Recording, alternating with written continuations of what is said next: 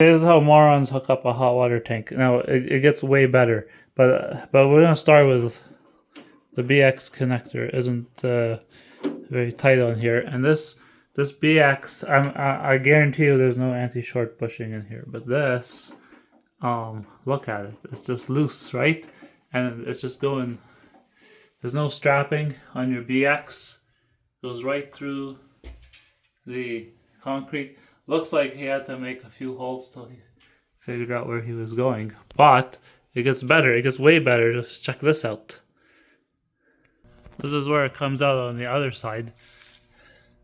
I'll use a Moret here, which is really nice of him. Now forget the box or the anti-short bushing.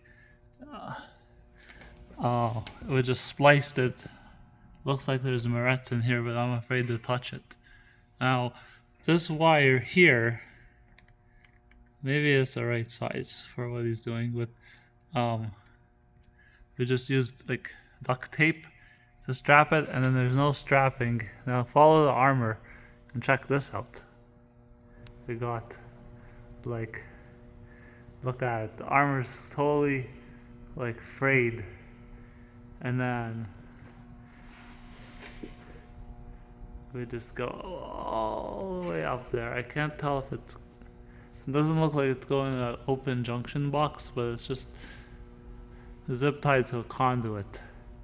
Now this is an extreme fire hazard and an extreme electrocution hazard. If this Moret were to fall off, for example, or get loose,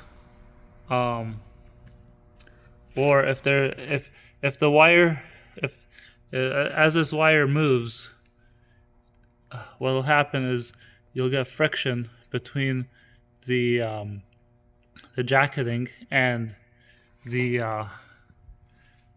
wire, and that'll start to cut this wire. Now, so this place being the mess that it is, that could cause either a fire, or this whole jacket could become energized at some point if you weren't careful. And that means anybody that could touch this could potentially become electrocuted. And this facility has water everywhere. So somebody could be standing in a puddle here and just and that would be the end of them. Just having to touch this wire. You can go and that's it, because I'm betting you this ground wire doesn't go anywhere. So that's why you should call a licensed electrician to do your work. Don't ever do this. This is just never acceptable.